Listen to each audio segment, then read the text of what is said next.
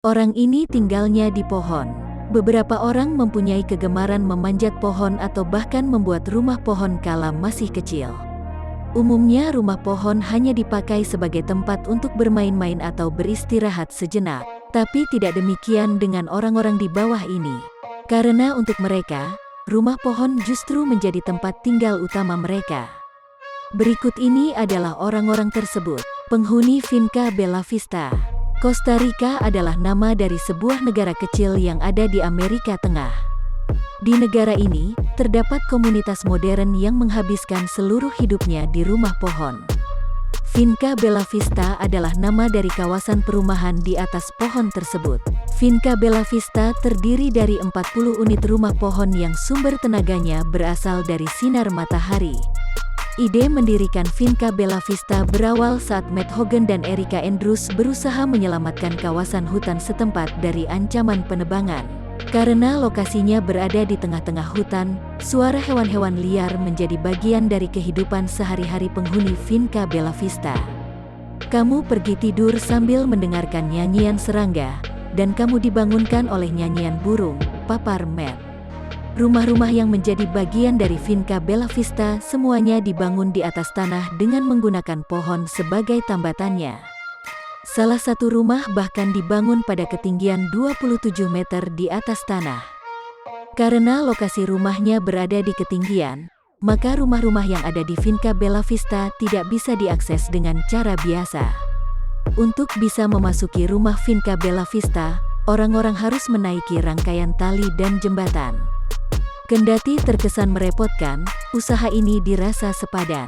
Karena begitu seseorang berada di dalam rumah, pemandangan alam liar dan pepohonan di ketinggian telah siap menyambut. Imigran perintis Amerika Serikat belum menjadi negara besar seperti sekarang.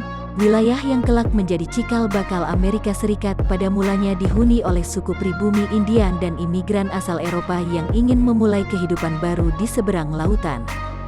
Kala Amerika Serikat mendeklarasikan dirinya sebagai negara merdeka sejak abad ke-18, jumlah imigran asal Eropa yang menetap di Amerika Serikat semakin lama semakin banyak.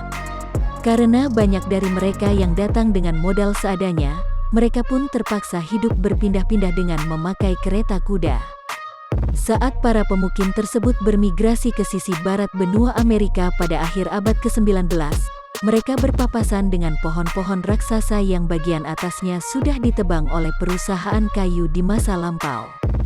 Yang tersisa hanya bagian bawah atau tunggul pohon yang ketinggiannya mencapai 3 meter.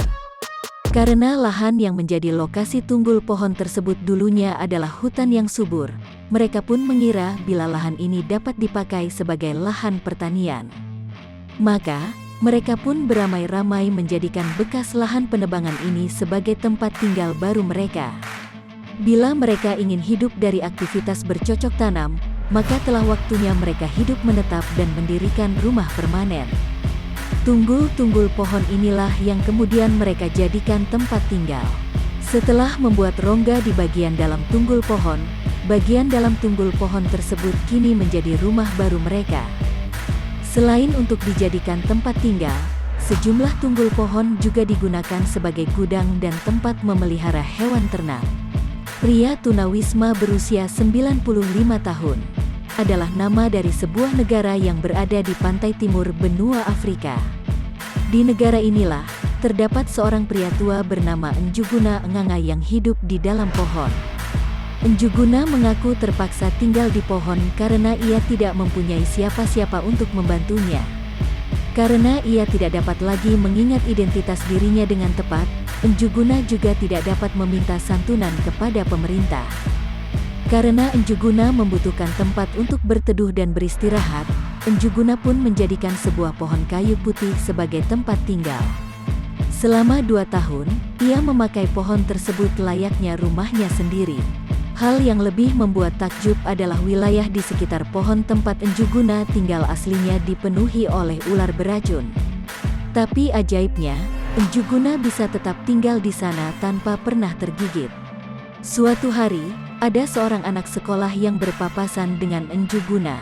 Begitu melihat kondisi Njuguna, bocah tersebut kembali ke desanya dan menceritakan temuannya kepada warga setempat. Karena merasa iba, penduduk desa beramai-ramai memberikan makanan, selimut, dan barang-barang kebutuhan lainnya. Saat kabar mengenai Njuguna tersebar, stasiun televisi NTV kemudian membuat liputan mengenai kehidupan Njuguna. Sejak itu, semakin banyak penduduk Kenya yang mengetahui Njuguna beserta kehidupannya yang serba terbatas. 2 minggu setelah Njuguna muncul di televisi, pemerintah daerah setempat akhirnya turun tangan.